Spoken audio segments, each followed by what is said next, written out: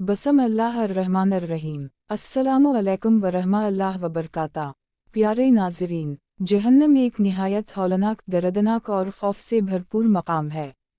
यही वो ठिकाना है जो अल्लाह ताला ने काफिरों, मशरिकों, मुनाफिकों और नाफरमान लोगों के लिए तैयार फरमाया है। ऐसी जगह जहाँ सुकून का कोई नाम वाओ निशान नहीं, जहाँ हर लम्हा अजाब, चीखों पुकार और हसरतों से भरा हुआ है। लेकिन याद रखिए, कुछ मुसलमान ऐसे भी होंगे जो ईमान रखने के बावजूद अपने गुनाहों की वजह से वक्ती तौर पर जहन्नम में दाखिल किए जाएंगे। आज हम आपको एक ऐसे ही ईमान अफरोज़ वाक़ये के बारे में बताने जा रहे हैं जो सही हदीस में बयान हुआ है। वो शख्स जो सबसे आखिर में जहन्नम से निकाला जाएगा और सबसे आखिर में जन्नत में दाखिल होगा।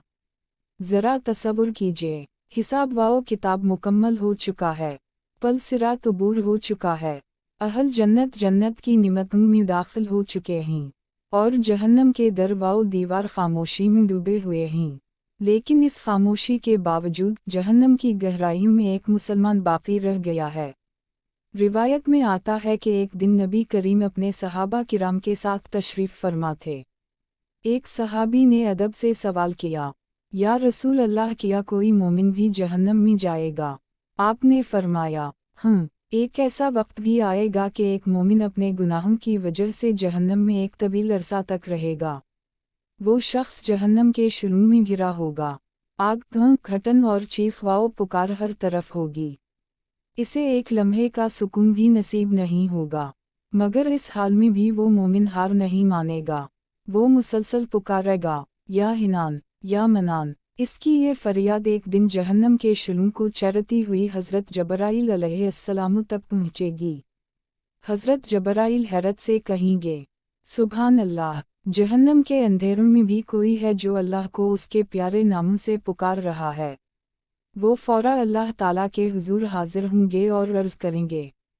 अल्लाह रब्बुल इज़्ज़त फरमाएगा, ए जबराइल, जहन्नम के दारोगा मालिक के पास जाओ और इस बंदे को निकाल कर मेरे हुजूर ले आओ। बिलाखिर वो बंदा जहन्नम से निकाला जाएगा। इसके हाथ गर्दन से बंधे होंगे, पाँव पेशानी से लगे होंगे।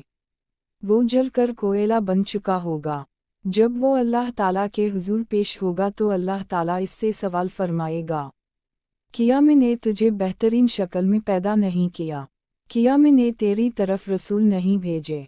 किया तुझे हक और बातिल का रास्ता नहीं दिखाया?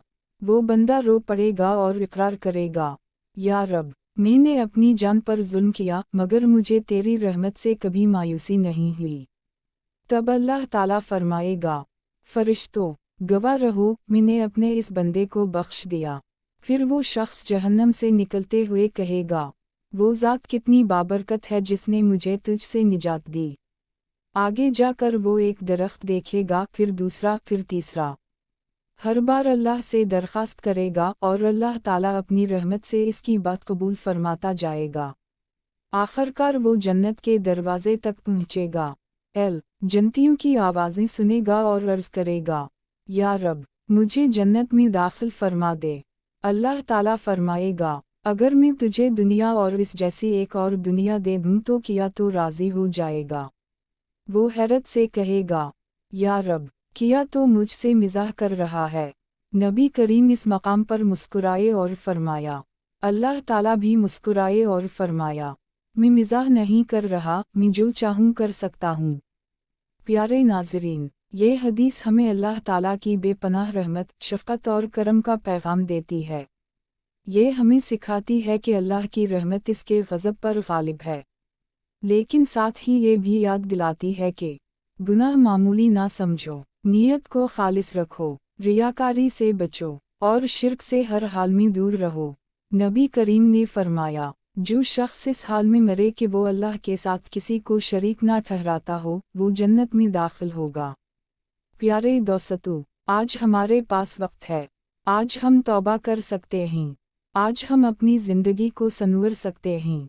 छोटे छोटे नेक आमाल, दिल से की गई दुआ, किसी की मदद, किसी को खुश करना, ये सब आखिरत में रोशनी बन जाएंगे।